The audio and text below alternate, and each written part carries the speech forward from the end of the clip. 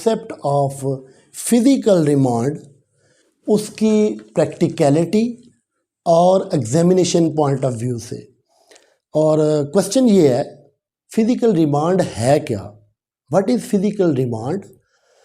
Y it is important? इसकी क्या significance है, क्यों इतना अहमियत का हामिल है, और कौन से वो अवामल हैं, कौन से पैरामीटर्स हैं, कौन सी वो गाइडलाइंस हैं, कौन सी वो डायरेक्शंस हैं जिन पर अमल करना चाहिए एक मैजिस्ट्रेट को जब वो फिज़िकल ग्रांट करता है। जिस्मानी रिमांड जो है, जब कोई बंदा एफआईआर के बाद उसके पास पेश होता है तो उसका रिमांड देता है, तो उसको क्या क्या चीज़ें देखनी चाहिए, ये हमारा आज का क्वेश्चन है। इम्पॉर्टेंट है for lawyers, for magistrates too, और उसके बाद आम पब्लिक के लिए भी। तो physical remand in literal sense है क्या? फिज़िकल रिमांड बेसिकली ऑथराइजेशन है कस्टडी की, कि मैजिस्ट्रेट जो है वो पुलिस कस्टडी में ये कहेगा कि भाई आप इस बंदे को for interrogation purpose, for collection of evidence जो है वो इसको अपने पास इसकी कस्टडी रख सकते हैं और इतने दिन के लिए रख सकते हैं। तो ये इन लिटरल सेंस इसका मकसद है कि फ़र्स्ट क्लास मैजिस्ट्रेट होगा, वही लीगली एम्पावर्ड होगा, तो एज़ पर लॉ जो है वो देगा। Authorisation of custody by legally competent magistrate. Legally competent magistrate से मुराद इधर ये हर मैजिस्ट्रेट कॉम्पिटेंट होगा, लेकिन जो फर्स्ट क्लास पास जो है वो रखेगा उसको वो ये कहेंगे to police for collection of evidence after FIR. जब एफआईआर होती है, मुकदमा दर्ज हो जाता है, पुलिस गिरफ्तार कर लेती है किसी मुल्ज़िम को, तो अगर वो सेक्शन 61 CRPC ज़ाब्ता फौजदारी जो ये कहता है कि अगर 24 घंटे में वो इन्वेस्टिगेशन कंप्लीट नहीं कर सकता पुलिस ऑफिसर, तो वो विद रिकॉर्ड उस बंदे को लेके मजिस्ट्रेट के पास चला जाएगा और इन रिटन एप्लीकेशन, एक रिटन एप्लीकेशन देगा जिसमें वो रिमांड सीक करेगा कि इसकी मुझे कस्टडी इन रीजंस की वजह से जो है वो चाहिए। अब इसकी इम्पोर्टेंस तो आपको इसी बात से नज़र आ गई कि एप्लीकेशन जब भी दी जाती है किसी फोरम पे, तो एप्लीकेशन इन इट सेल्फ जो है, ये जो है वो सेल्फ एक्सप्लेनेटरी है, अपने आप को एक्सप्लेन कर रही है ये बात कि आप एप्लीकेशन देते हैं और अपनी रीज़न्स बताते हैं कि भाई मुझे इस बंदे की कस्टडी जो है वो चाहिए है।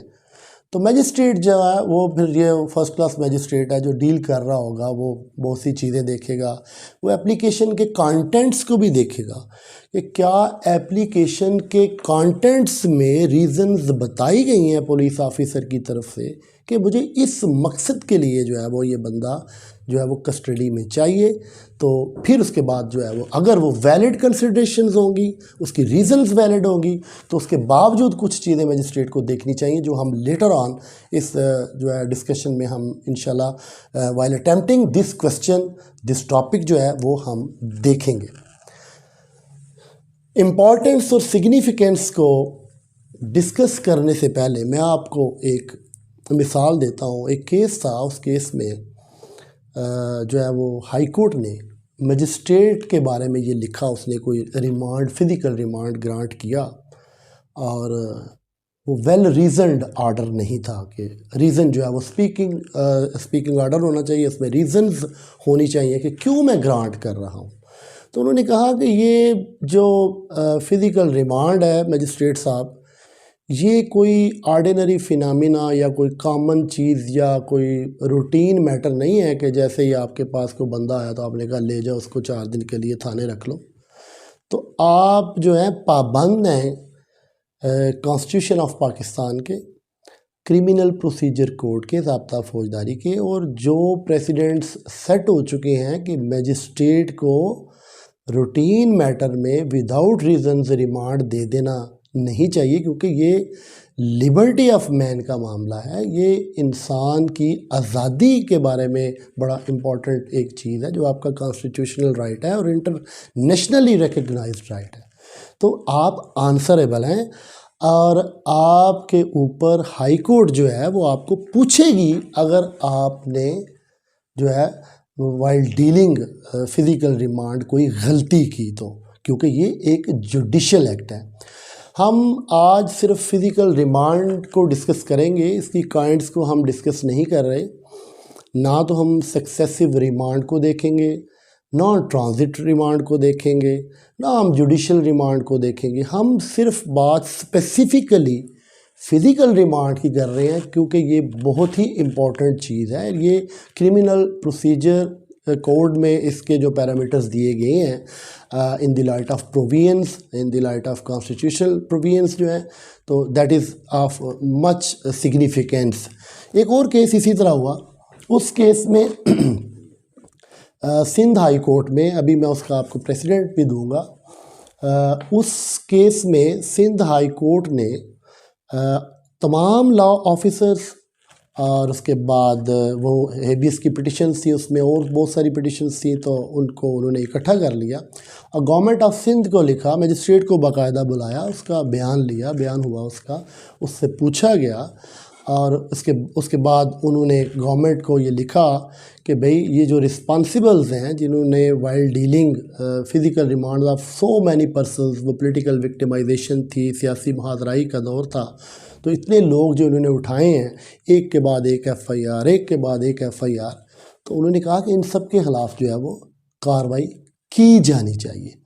तो उसके बाद जो सबसे पहला जो सिग्निफिकेंट जो पॉइंट है इसका, कि ये फिज़िकल रिमांड का ग्रांट करना जो है that is base for criminal justice system.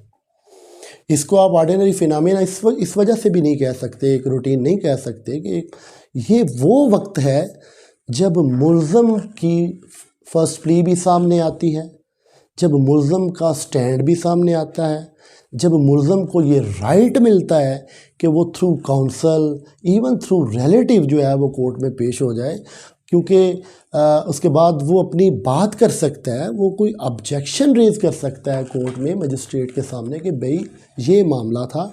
और इसको अगर आप इस तरह, जिस तरह हमारे बहुत से भाई वो डील करते हैं कि एफआईआर हो गई है, तो वो कहते हैं, उनको कुछ वकला को भी कहा जाता है कि आप पेश हो, तो वो कहते हैं भाई ये अभी रिमांड चल रहा है। भाई ये रिमांड चलने की बात नहीं है, ये बेसिस है, जिसके बाद उसकी जो है बाकायदा समाअत होनी है। और अगर आपको कानून का पता है तो फिर आप उस बंदे को भी बचा सकते हैं। हो सकता है उसकी वो ट्रायल स्टेज ही ना जाए, आप उसको उधर ही डिस्चार्ज करवाने में काबिल हो जाएं। तो ये रिमांड में पेश ना होना और लोगों का इसको अपने फ़िज़िकल रिमांड के टाइम पे कि ये हम अभी पुलिस के पास हैं, वकला को एंगेज ना करना, अपने दोस्तों को ना बताना, ये अपने वैल्यूएबल राइट्स खो देने के मुतरादफ़ है। और उसके बाद आप जो है वो आपके साथ नाइंसाफ़ी हो सकती है। तो that is very very important aspect of the criminal juris prudence of Pakistan और क्रिमिनल जूरिस जो है हमारा सिस्टम है जो फौजदारी का, ये प्री ट्रायल सब्सटेंस और थिंग्स को डील करता है कि बाकायदा समाअत जो ट्रायल में होती है, उस ट्रायल से पहले जो प्री ट्रायल स्टेज है उसको आप सब्सटेंस कह लें, थिंग्स कह लें, चीज़ें कह लें, तो ये उनको डील करता है। तो that is why it is important too. Thirdly, ये जुडिशल एक्ट है मजिस्ट्रेट का, और इसमें obviously due process of law भी इन्वॉल्व है, इसीलिए वो मजिस्ट्रेट पूछेगा, उसका उस पर ड्यूटी है, he is duty bound to ask कि अगर उसके ऊपर मुल्ज़म के ऊपर कोई टॉर्चर हो रहा है या वो सेल्फ इनक्रिमिनेशन का मामला है कि उसको ये कहा जाता है कि भाई तुम इनकल्पेट करो अपने आप को, या अपने तुम कोई कन्फेशन रिकॉर्ड करवाओ, कुछ ऐसी चीज़ भी इन्वॉल्व होती है। तो दैट इज़ वेरी इम्पॉर्टेंट कि ये मजिस्ट्रेट की ड्यूटी है इसमें। तो इस हवाले से भी ये इसमें चूँकि जुडिशल एक्ट है, ड्यू प्रोसेस ऑफ लॉ है, तो इसलिए भी ये इम्पॉर्टेंट है। हमारा क्वेश्चन भी यही था, what is physical remand, what is its importance and what are the duties of magistrate, क्या उसकी ड्यूटीज़ है। ये 3 पार्ट्स में हमारा क्वेश्चन है जो प्रैक्टिकल पॉइंट ऑफ व्यू से और एग्जामिनेशन पॉइंट ऑफ व्यू से आपके लिए सूदमंद साबित होगा इंशाल्लाह। लिबर्टी ऑफ मैन, इंसानी आज़ादी चूँकि इसमें आती है, तो लिहाजा इस लिहाज से भी ये इम्पोर्टेंट है। कॉन्स्टिट्यूशनल सब्जेक्ट है जी, नेचुरल राइट है, ये कॉन्स्टिट्यूशनल सब्जेक्ट इसलिए है कि हर आइन जो है, दुनिया का ऑलमोस्ट हर आइन जो है वो लिबर्टी ऑफ मैन पे जो है वो यकीन रखता है। इसी की बेसिस पे अगर आप ह्यूमन राइट्स ऑफ डिक्लेरेशन देखें, आप अपना आर्टिकल 10 देखें, जिसमें ये कहा गया है कि अभी 24 घंटे के अंदर अंदर अगर इन्वेस्टिगेशन कंप्लीट नहीं होती तो आप पाबंद हैं कि उसकी फर्दर डिटेंशन के लिए जो है उसको फर्दर अपने पास पुलिस वाले अगर उसको अपने पास रखना चाहते हैं तो उनके ऊपर मजिस्ट्रेट का चेक होगा, क्योंकि वो मजिस्ट्रेट जो है वो सर्वेलेंस रखेगा उस पुलिस स्टेशन की, उसके इन्वेस्टिगेशन के हवाले से भी जुडिशल डिस्क्रिशन को देखा जाएगा। इसलिए भी ये इम्पॉर्टेंट है क्योंकि इसमें मजिस्ट्रेट को जुडिशल डिस्क्रिशन दी गई है। डिस्क्रिशन से मुराद सवाबदीद है, उसका अख्तियार है, वो रिमांड ग्रांट करे ना करे, ज़्यादा दे दे थोड़ा दे दे। अब जहाँ पे भी जुडिशल डिस्क्रिशन जो है वो ग्रांट की जाएगी किसी भी ऑफिसर पे, तो ये उससे एक्सपेक्ट किया जाएगा कि उसने उसको इंसाफ के असूलों के मुताबिक उस सवाबदीद को एक्सरसाइज किया है और उसकी ये डिस्क्रिशन जो है वो अंधों की तरह वो उसको एक्सरसाइज नहीं किया गया, बल्कि प्रॉपरली मुनसफाना तरीके से जो है वो एक्सरसाइज किया गया है। तो that's why it is important to joint responsibility of state institutions. ये एक अलहदा जो है वो एक मज़ीद आपके पास एक इसके सिग्निफिकेंट होने का एक पॉइंट है। इसमें police being investigating agency, prosecution जिसने अल्टीमेटली वो थ्रेशोल्ड टेस्ट लगाना होता है, और उसके बाद मजिस्ट्रेट जो है, ये तीनों इंस्टीट्यूशंस हैं स्टेट के, इनकी जॉइंट रिस्पॉन्सिबिलिटी है कि ये इन मोस्ट फेयर मैनर, मुनसफाना मैनर में इस फेज़ को, फ़िज़िकल रिमांड की स्टेज को जो है वो डील किया जाए, क्योंकि ये बुनियाद है हर हवाले से। तो इस हवाले से भी ये इम्पोर्टेंट है। Safe guard against arrest and detention, ये एक और फैक्टर है कि ये ऑब्वियसली ये कॉन्स्टिट्यूशनल सेफ गार्ड प्रोवाइड किया गया है in the light of article 10, और कि ये किसी भी बंदे की जो है वो जान के हवाले से भी आर्टिकल 4 को देख लें, ड्यू प्रोसेस ऑफ लॉ को देख लें, कि इन ये तमाम जो आइनी ये प्रोविजंस हैं, जो कॉन्स्टिट्यूशनल प्रोविजंस हैं, वो आपको आपका ये हक देती हैं कि इसको आपके अरेस्ट और डिटेंशन जो है on plausible grounds, on the basis of valid reasons होनी चाहिए। ऐसे ही नहीं है कि किसी को उठा लिया जाए और उसका कोई पुरसाने हाल ना हो। कानून के जो चेक्स हैं, कानून के जो पैरामीटर्स बनाए गए हैं, वो सारे मौजूद हैं। इंटरनेशनली रिकग्नाइज्ड राइट भी है जी।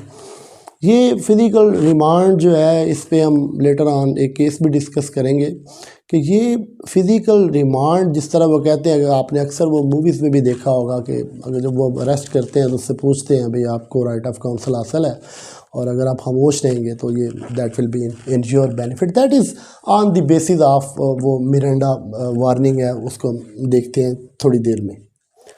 उसके बाद अब आप अपने एग्जामिनेशन पॉइंट ऑफ व्यू से भी चूँकि बात हो रही है, और पैरेलल हम प्रैक्टिकल पॉइंट ऑफ व्यू से दोनों चीज़ों को साथ साथ लेके चल रहे हैं, तो ऑब्वियसली आपको पता होना चाहिए कि कौन सी जो इम्पॉर्टेंट और कंसर्न्ड प्रोविजंस हैं, कौन सी लेजिस्लेशन है, कौन से वो फैसला जात हैं कि जो फ़िज़िकल रिमांड के टॉपिक को डील करते हैं, और कौन से वो पैरामीटर्स हैं। ये सारी चीज़ें जो हैं वो इन प्रोविजंस में लिखेंगे। अगर आप अपने एग्ज़ाम में ये अपनी जो थाटफुल इंसाइट है, अपनी इस डीप स्टडी को अपने एग्जामिनेशन शीट पे लिख देंगे, तो फिर एग्जामिनेशन में आप 100% जो है वो कामयाब हो जाएंगे। और अगर आप इसी तरह इसको लेके चलते हैं, आप पहले डेफिनेशन पे आते हैं, फिर आप उसके ऑब्जेक्ट या उसकी सिग्निफिकेंस पे आते हैं, उसके बाद कंसर्न्ड प्रोविजंस की तरफ आ जाते हैं, तो you will score maximum marks as far as your examination point of view is concerned. और एग्ज़ाम कोई भी हो सकता है, वो कम्पिटिटिव एग्ज़ाम हो, वो सीजे का हो, वो एसए का हो। तो ये प्रोविजंस हैं, क्या लिखा हुआ है जी, law on the topic concerned provisions and precedents. सबसे पहले सेक्शन 61, जिस तरह हमने पहले बात की, if with in 24 hours investigation complete नहीं होती तो फिर police officer through return application जो है वो मजिस्ट्रेट के पास जाएगा और उससे रिमांड सीक करेगा। अगर वो 61 ये बता रहा है कि अगर कोई ऐसा केस है कि जिसकी इन्वेस्टिगेशन जो है वो विद इन 24 आवर्स हो सकती है, तो then he need not go for getting physical remand of the person arrested. उसके बाद सेक्शन 167 है और 167 सब सेक्शन 4 है। 167 जो है वो ऑब्वियसली आपको भी पता है कि वो फिजिकल रिमांड के कॉन्सेप्ट को डील करता है। और 167(4) में वो ये कहते हैं कि अगर magistrate after perusing the concerned record and police file and police diary, या वो जो पेपर्स भी जो इंटरोगेशन के दौरान पुलिस ऑफिसर ने कलेक्ट किए होते हैं वो मैजिस्ट्रेट के सामने रखे जाते हैं, तो मैजिस्ट्रेट जो है वो ड्यूटी बाउंड है कि उनको देखते हुए अगर वो ये समझता है कि इसका फिजिकल रिमांड ग्रांट करना जो है वो ज़रूरी है फॉर सम पर्पस, तो उसको एक स्पीकिंग ऑर्डर करना चाहिए और उस स्पीकिंग ऑर्डर में उसको ये कहना चाहिए कि for that purpose physical remand, और जहाँ पे भी वो ग्रांट करेगा। सेक्शन 167(4) ये कहता है कि अपनी वो फिजिकल रिमांड देने की वो जो एक कॉपी है वो सेशन जज को भेजेगा। अब इसकी अहमियत का अंदाज़ा आपको इससे भी हो जाना चाहिए कि हाई कोर्ट भी कह रही है, सुप्रीम कोर्ट भी कह रही है, सेशन जज को वो कॉपी भी भेजेगा, लॉ भी ये कह रहा है, कॉन्स्टिट्यूशन भी ये कह रहा है।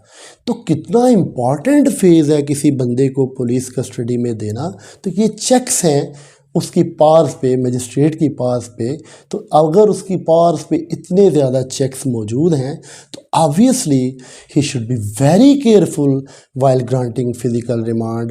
वो रूटीन में नहीं कर सकता, ना वो कानून उसको इजाज़त देता है और ना ही ये इंसाफ का तकाज़ा है। He will be answerable and he should be answerable. अगर वो एक सेकंड के लिए भी किसी बंदे की गलत डिटेंशन का, अरेस्ट का ज़िम्मेदार होता है तो he should be and he will be responsible. और फॉर दैट पर्पज़ आपको फ्रॉम द वेरी गो कि जब भी FIR होती है तो लॉ ये कहता है कि आप अपने रिलेटिव्स को बताएं, अपने दोस्तों को बताएं, अपने वकील को बताएं, क्योंकि जो आर्टिकल 10 है उसको हम आगे डिस्कस करते हैं। वो ये कहता है कि आपका वकील सिर्फ कोर्ट में नहीं है। कोड ऑफ कंडक्ट तो हमारा ये कह रहा है कि भाई वकीलों को थाने नहीं जाना चाहिए, फलां नहीं जाना चाहिए, लेकिन इंटरनेशनल जो लॉ है वो ये कह रहा है अगर आप थाने पुलिस स्टेशन जाते भी हैं अपने मुल्ज़म के लिए तो you have to remain in your bounds. आपने कानून की बात करनी है। आप अपने क्लाइंट को अगर सेव करने के लिए उस सेंस में बात करते हैं इन एक्सेप्शनल ग्राउंड्स तो यू शुड असिस्ट हिम। तो उसके बाद हम सेक्शन 63 अगर वो रिमांड नहीं देता, ये प्रोविजन भी इम्पॉर्टेंट है, तो ऑब्वियसली वो डिस्चार्ज कर सकता है, उसको फारिग कर सकता है। 172 CRPC। अब 172 CRPC जिसको आप ज़िमनिया कहते हैं, पुलिस फाइल कहते हैं, रिकॉर्ड कहते हैं, तो इन चीज़ों को जब वो रिमांड सीक करेगा, फिज़िकल रिमांड के लिए मजिस्ट्रेट के पास जाएगा, तो वो सारे डॉक्यूमेंट्स जो हैं वो IO जो होगा, इन्वेस्टिगेशन ऑफिसर जो होगा, वो इन्वेस्टिगेशन ऑफिसर जो है वो सारा रिकॉर्ड जो है विद एप्लीकेशन जो है वो मजिस्ट्रेट को देगा और उसके बाद मजिस्ट्रेट देखेगा कि इसको रिमांड देना चाहिए। तो लिहाजा सेक्शन 172 CRPC भी वो भी कंसर्न प्रोविजन है, वो भी रेलेवेंट लॉ है with the subject of physical remand. Article 10। अब जहाँ पे ज़ाब्ता फौजदारी की आपने प्रोविजंस के देखा, सेक्शन 61 को देखा, 1 से 67 को आपने देखा। अब आर्टिकल 10 इन सब से ऊपर आ गया कि ये आर्टिकल 10 में वो ये कह रहे हैं कि 24 आवर्स में अगर उसकी डिटेंशन उससे ज़्यादा होती है तो वो उसको नियरेस्ट मजिस्ट्रेट के पास जो है वो पेश किया जाना चाहिए। तो that is what constitutional cover and constitutional safeguard is provided to subjects, to human beings, to man, to everyone, जो है हर बंदे को वो दिया गया है। उसके बाद आर्टिकल 14 सब आर्टिकल 2 है जी, ये सेल्फ इंक्रिमिनेशन की बात जो है इसमें की गई है। कॉन्स्टिट्यूशन का आर्टिकल है, इसमें वो कहते हैं कि सेल्फ इंक्रिमिनेशन का कॉन्सेप्ट नहीं होना चाहिए, टॉर्चर वगैरह नहीं होना चाहिए, तो ये भी प्रोटेक्शन है, that is concern provision 2। 163 CRPC और आर्टिकल 37 QSO, ये दो प्रोविजंस भी हैं जो ये कंसर्न प्रोविजंस हैं इन दैट सेंस कि during investigation, during interrogation of any case, police officer जो है वो ना तो उसको इंड्यूस कर सकता है, इंड्यूसमेंट उसको कोई, या उसको कोर्स कर सकता है, ना दबा सकता है, ना उसको कोई लालच दे सकता है फॉर रिकॉर्डिंग कन्फेशन या कुछ भी करने के लिए। तो ये दो सेक्शंस जो हैं ये भी इम्पॉर्टेंट है to the topic of physical remand. तो इतनी प्रोटेक्शन जो है वो मुल्ज़म को हर हवाले से जो है वो दी गई है। तो ये सारी चीज़ें जो हैं वो मजिस्ट्रेट ने वाइल डीलिंग फिज़िकल रिमांड वो देखनी होती हैं। नेक्स्ट अपेंडिक्स है जी, ये चैप्टर 25, 58 1 ऑफ 1 और चैप्टर 26 उसका रूल 26 है। ये पुलिस रूल्स 1934 भी जो है ये भी ये कह रहे हैं कि कौन कौन सी चीज़ें हैं जो आईओ को देखनी है और कौन कौन सी चीज़ें हैं जो कोर्ट को देखनी है। कोर्ट मींस वो मजिस्ट्रेट जो हैं जिन्होंने वाइल डीलिंग फिज़िकल रिमांड इनको देखना है, तो दैट इज़ कंसर्न प्रोविजन 2। उसके बाद high court rules and order है, मेरा ख्याल है चैप्टर 11B है जो फिज़िकल रिमांड में गाइडेंस जो है वो मजिस्ट्रेट्स के लिए है और क्या चीज़ें उन्होंने देखनी होती हैं। उसके बाद ये जो अभी हमने दो मिसालें दी हैं, एक दो केसेस की, वो केसेस हैं। अब ये लैंडमार्क जजमेंट है, ये गुलाम सरवर केस जिसकी मैं बात कर रहा था कि वो जो मजिस्ट्रेट्स के बारे में उन्होंने कहा कि इफ़ यू आर थिंकिंग कि अगर आप आंसरेबल नहीं हैं तो आप भाई आंसरेबल हैं हाई कोर्ट को भी, कानून को भी, और आपके ख़िलाफ़ कार्रवाई होगी। ये केस 1984 PCRLJ 2588 है, इसको गुलाम सरवर केस कहते हैं। दैट इज़ क्वाइट फेमस इस हवाले से कि इसमें भी जो है वो मजिस्ट्रेट को बताया गया है, उसको ये कहा गया है कि यू आर आंसरेबल और आपके ख़िलाफ़ कार्रवाई हो सकती है अगर आप ये मैंडेटरी प्रोविजंस जो हैं वो कानून की उनको मद्देनज़र नहीं रख सकते। इसी तरह वो दूसरा केस जो हम सिंध का कर रहे थे वो मोहम्मद सदीक़ केस है, PLD 1992 कराची 358। तब ये दो जजेस से, एक सदीकी साहब थे तब मेरा ख्याल चीफ जस्टिस थे, और एक एमन काजी साहब थे, उनकी ही ये जजमेंट है जिसमें उन्होंने सबको बुला लिया, सारे आर्गन्स ऑफ स्टेट को, और उन्होंने कहा कि ये जो रिमांड दिए गए हैं ये सारे इलीगल हैं, जो चीज़ें इनको देखनी चाहिए थी, और ना ही उन पुलिस ऑफिसर्स के ख़िलाफ़ कार्रवाई उनके हाई अप्स ने की हुई है और ना ही उन मजिस्ट्रेट्स को पूछा गया। उन्होंने सब, उसमें काफ़ी वो पोलिटिकल विक्टिमाइजेशन थी एट दैट टाइम, तो वो FIR में। तो so these are the concerned provisions, this is the law on the topic. आपकी डेफिनेशन, उसके बाद आपकी इम्पोर्टेंस और सिग्निफिकेंस, उसके बाद आपकी कंसर्न प्रोविजंस। अब ये आप अपनी वो पेपर शीट को आगे लेके जा रहे हैं। अब आप आ जाएंगे ड्यूटीज़ ऑफ मजिस्ट्रेट। ये कोशिश की है हमने, ये 23 इन नंबर हैं तो ये लिखा नहीं जा सकता था, तो मैं आप ज़रा कोशिश कीजिएगा कि वो पूरी शीट इस पर वो रिकॉर्डिंग के ऊपर वो थोड़ा कर दीजिएगा। तो मैं वैसे ये आपको बता देता हूँ कि ये जो ड्यूटीज़ ऑफ मजिस्ट्रेट्स हैं, पावर्स भी हैं, ड्यूटीज़ भी हैं, और अगर ये कॉरस्पॉन्डिंग अगर आप इनको देखेंगे तो ये पुलिस ऑफिशियल्स की भी ड्यूटीज़ बन जाती हैं, इन ए सेंस प्रोसिक्यूशन की भी किसी ख़ास हद तक बन जाती है, लेकिन मेनली जो मजिस्ट्रेट्स की ड्यूटी है कि उन्होंने रिमांड को, अब एक बंदा उनके पास पेश किया गया है तो उन्होंने क्या करना है, उनकी ये भी ड्यूटी है। अगर तो वो अपना वो काउंसल लेके आया है तो उसको सुनेगा, अगर काउंसल नहीं लेके आया तो उसके साथ इन डायलॉग हो जाएगा, उसको बताएगा भाई आपका राइट है काउंसल का, आपके किसी दोस्त को या किसी और बंदे को या रिश्तेदार को पता है कि आप गिरफ़्तार हो चुके हैं, तो ये भी उसकी ड्यूटी है। सबसे पहले इसकी जो ड्यूटी है उसको हम इस तरह देखते हैं, careful consideration of remand applications.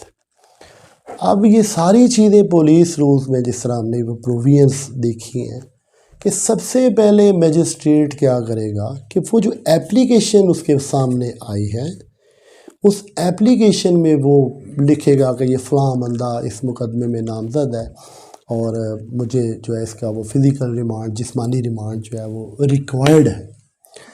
अब उस सिंपली उस एप्लीकेशंस को तो ऑब्वियसली मजिस्ट्रेट ने देखना ही है कि इसमें कुछ रीजंस वैलिड दी गई हैं, क्योंकि ये एक्चुअल जो नीड है कि क्या वाकई इसको मुलज़म की ज़रूरत है for investigation purpose, for any other purpose. तो उसके साथ साथ वही बात जो है वो पुलिस डायरी को 172 को सारे डॉक्यूमेंट्स को देखेगा, उसको उसका केयरफुल होना एट दैट वेरी स्टेज, जो ये इम्पॉर्टेंट है, जिस तरह हमने पहले बात की है कि उसका केयर फ्री एटीट्यूड जो है उसकी माफ़ी मजिस्ट्रेट के लिए नहीं है। और ये चीज़ें मुलज़म के वकील को एट दैट टाइम एक्सप्लॉइट करना चाहिए। और अगर मुलज़म खुद पढ़ा लिखा है, एजुकेटेड है, समझता है अपने राइट्स को, तो फिर वो खुद भी, उसके पास राइट है, ही कैन डिफेंड हिमसेल्फ। दूसरी बात वो कहते हैं, look into collected evidence at pre trial phase, कि अगर उसका रिमांड एक दिन पहले का हो चुका है तो, या 2 दिन का हो चुका है, और वो दोबारा लेके आए, तो इस दौरान भी वो मजिस्ट्रेट अपना प्रीवियस आर्डर भी देखेगा, उसने प्रीवियस आर्डर में क्या डायरेक्शंस दी हैं, और नेक्स्ट ये दोबारा एक एप्लीकेशन लेके आ गए हैं, चूँकि ये प्री ट्रायल फेज़ है, तो वो देखेगा कि पिछले उन्होंने, पुलिस ने अभी तक किया क्या है। He will look into collected material too. Thirdly, will be allowed on exceptional grounds, क्योंकि 61 कह रहा है कि वो अगर 24 घंटे में तफ्तीश मुकम्मल नहीं होती, इन्वेस्टिगेशन कंप्लीट नहीं होती, तो आप रिमांड लेंगे। तो मीनिंग देयर बाई, जिस तरह जितनी कॉन्स्टिट्यूशनल प्रोटेक्शन और गारंटीज़ और सेफगार्ड्स दिए गए हैं सब्जेक्ट को, उस हवाले से देखा जाएगा कि that will be an exception to general rule. और एक्सेप्शनल्स सॉलिड और स्ट्रॉन्ग ग्राउंड्स की मौजूदगी रिमांड पे दिए जाने के लिए ज़रूरी है।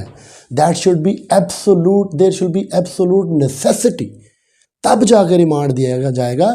ये जो आप देखते हैं कि वो पुलिस ऑफिसर ने वो अपनी मिसलें पकड़ी होती हैं, वो अदालतों में जाते हैं, तो जज साहब उधर बैठ के, तो किसी ने 4 दिन मांगा है तो 2 दिन दे दिए हैं, 5 मांगा है तो वो उन्होंने अपनी एक एवरेज रखी हुई है तो उन्होंने ये दे दिया, तो that is not judicial discretion exercise जो है वो अपनी सवाबदीद को वो कानूनी तरीके से, मुनसफाना तरीके से एक्सरसाइज नहीं कर रहे, उनको प्रॉपरली उस फाइल को पेरूज करना था। अगर वो नहीं कर रहे तो दैट इज़ वाई इम्पॉर्टेंट है कि भाई उस बंदे का कोई वकील होना चाहिए जो एट रिमांड स्टेज इसको देखे, कंटेस्ट करे, इसको वो ऑर्डिनरी फिनामिना ना समझे। और ये सब्जेक्ट्स के लिए भी है, लिटिगेंट्स के लिए भी है कि वो भी ये समझते हैं कि भाई अभी जो आज वकील की ज़रूरत नहीं है। वकील की ज़रूरत एट दैट वेरी स्टेज हो जाती है जब किसी के ऊपर FIR हो जाती है, मुकदमा दर्ज हो जाता है, तो वही वो फेज़ होता है कि जहाँ पे वकील ने और मुलज़म ने अपना केस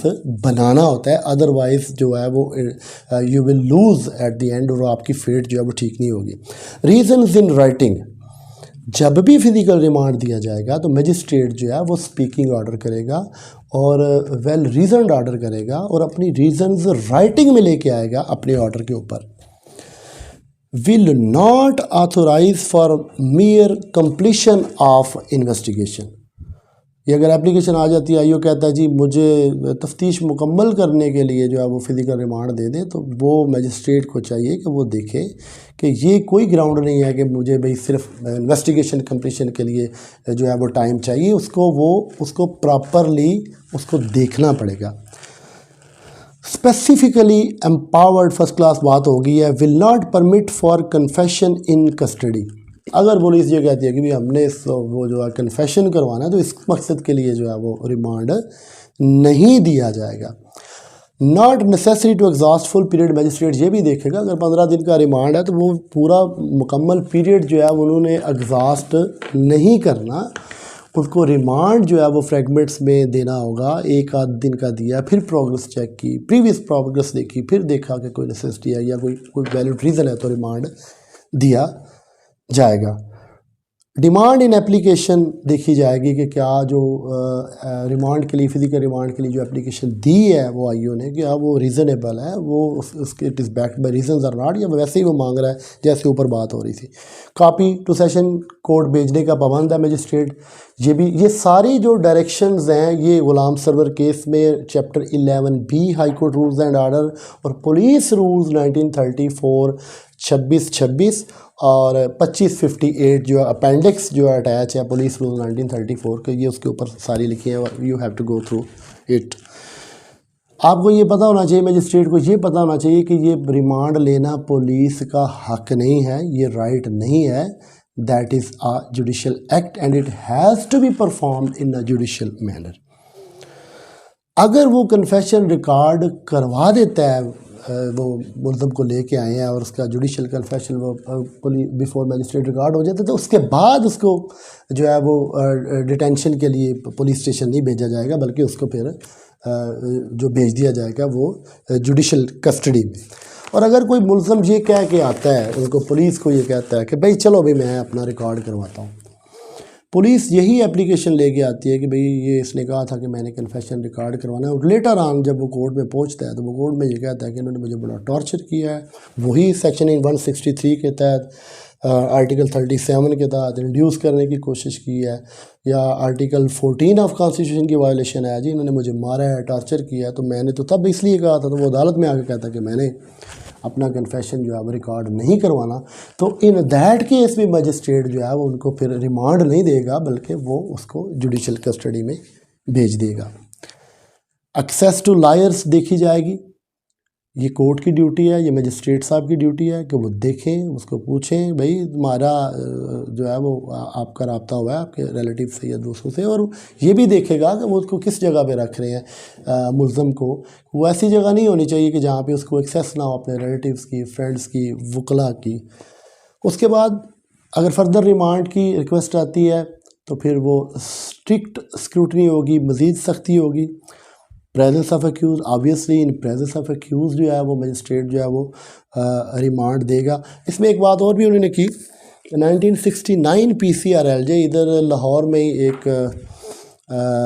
एक शमाली छौनी पुलिस स्टेशन और एक अनारकली पुलिस स्टेशन, इसमें वो तब वो शायद मार्शल लॉ इम्पोज था, तो वो मूव ऑन करके while going into police station या अपनी रिहाइश पे मजिस्ट्रेट साहब जो हैं एट दैट टाइम एग्जेक्टिव और जो है वो एग्जेक्टिव मजिस्ट्रेट्स थे, तो उन्होंने वो रिमांड दिया। तो उस टेंडेंसी को भी बड़ा स्ट्रिक्टली डेप्रिकेट किया गया और कहा कि ये आप अपने जो ऑड टाइम्स पे जो पुलिस वाले लेके चले जाते हैं मजिस्ट्रेट्स के घर पे, अभी भी जाते हैं, तो ये आपने या पुलिस स्टेशन जाके या अपनी रिहाइशों पे जाके रिमांड नहीं देना। आप you have to be in open atmosphere, और आपने अपनी कोर्ट में बैठ के जो है वो रिमांड को डील करना है। एग्जामिनेशन होगी ऑब्जेक्शंस की। अगर मुल्ज़म मजिस्ट्रेट के सामने ये कहता है इन्होंने मुझे मारा है या इन्होंने ये किया है, या जो भी वो बात करेगा, मजिस्ट्रेट पाबंद है कि वो जो ऑब्जेक्शंस रेज़ किए गए हैं मुल्ज़म की तरफ से या उसके वकील की तरफ से या उसके किसी रिलेटिव की तरफ से, वो सबको इजाज़त है कि वो एट द टाइम ऑफ जो फिज़िकल रिमांड जब उसको पेश किया जाता है तो वो भी बात कर सकते हैं। अगर मुल्ज़म इस पोजीशन में नहीं है तो उसका कोई रिलेटिव बात कर सकता है या उसका वकील बात कर सकता है, या मुल्ज़म अगर ख़ुद ये कहता है, वो ऑब्जेक्शन रेज़ करता है, तो उन ऑब्जेक्शंस को नोट करना, अपने ऑर्डर में लिखना और उसके मुताबिक जो भी प्लॉजिबल ऑर्डर बनता हो वो करना। अगर उसको टार्चर किया जाता है तो उसको टार्चर का लिखना, उसके बाद पुलिस ऑफिशियल्स के हाई अप्स को लिखना और उनकी निगलेक्ट और एक्सेस ऑफ ड्यूटी को उस ऑर्डर में लिखना। तो ये देखें ये कितना इंपॉर्टेंट फेज़ है, जिस फेज़ को जो है वो लिटिगेंट पब्लिक भी इतनी इंपॉर्टेंस नहीं दे रही, और उसके बाद जिन लायर्स को तो एंगेज कर लिया जाता है तो वो तो बहुत डिलीजेंटली इस मामले को समझते हैं, परसू करते हैं। तो कुछ हमारे भाई ऐसे भी हैं जो वो ये समझते हैं वो ले गए हैं जी उसको मजिस्ट्रेट के पास, अभी तो रिमांड चल रहा है। अब उनको ये सोचना चाहिए कि ये फ़िज़िकल रिमांड, जैसे पहले भी बात होगी, at the cost of reputation के इसमें लिबर्टी इन्वॉल्व है और आपने अपना केस बनाना है उस बेसिस को। इसके बाद मजिस्ट्रेट क्या करेगा कि अगर पुलिस ये रिक्वेस्ट करती है जी कोऑपरेशन के लिए, बात का तो वो लिख लेते हैं जी मुल्ज़म तावन कर रहा है जी। अब ये तावन कोई ग्राउंड नहीं है फ़िज़िकल रिमांड के ग्रांट करने की, इस पर भी मजिस्ट्रेट को रिमांड ग्रांट नहीं करना चाहिए। उसको मजिस्ट्रेट की अगली ड्यूटी ये है कि वो प्रोसिक्यूशन को कंसल्ट कर सकती है कि वो देखें कि किन लाइंस पे इन्वेस्टिगेशन जा रही है, क्या इंटरोगेशन प्रॉपरली हो रही है या नहीं हो रही। वो ये भी उसकी ड्यूटी है कि वो मजिस्ट्रेट करेगा। Will not entertain stereotype applications, वो स्टीरियोटाइप एप्लीकेशन जैसे देते हैं, जिस तरह मैंने पहले कहा कि एक ही बंदे ने दूसरों की FIR उसकी भी रिकॉर्ड पकड़ा हुआ है और वो मजिस्ट्रेट के पास जा रहे हैं तो वो कह रहे हैं रिमांड दे दे, और मजिस्ट्रेट साहब जो है वो कोर्ट में बैठे हैं या अपने चैम्बर में बैठे हैं तो वो रिमांड दिए जा रहे हैं। तो that is not correct application of law, तो that is misuse of your discretion of your powers, और आप अपनी ड्यूटी फुलफ़िल नहीं कर रहे। तो ये आप अपनी कॉन्स्टिट्यूशनल ड्यूटी जो है जब आप परफॉर्म नहीं करेंगे तो नाइंसाफ़ी जो है वो बढ़ेगी। तो इसके साथ ही मैं आपको ये कहता हूँ कि बाकी की बात